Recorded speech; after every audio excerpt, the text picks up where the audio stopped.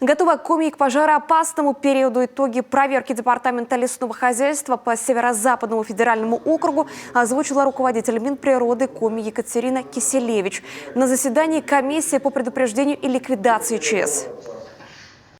В этом году мы планируем установить начало пожароопасного сезона на территории поэтапно.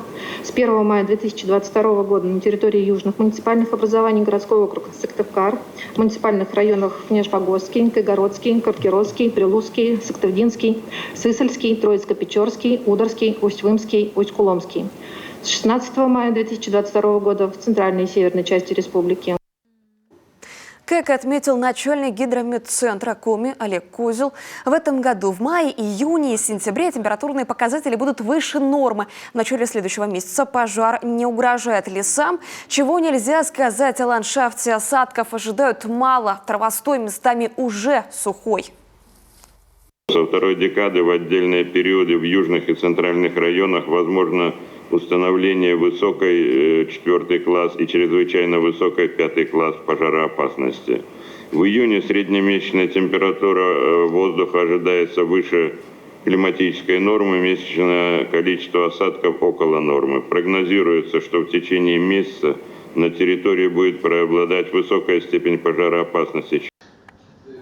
Глава Коми Владимир Уйба выразил опасения по поводу нехватки кадров в лесопожарном центре. Там сейчас открыто 118 вакансий. Руководитель республики поручил профильному министерству и муниципалитетам проработать вопрос и увеличить штат. Уверенность, что мы справимся только если будет невысокая горимость.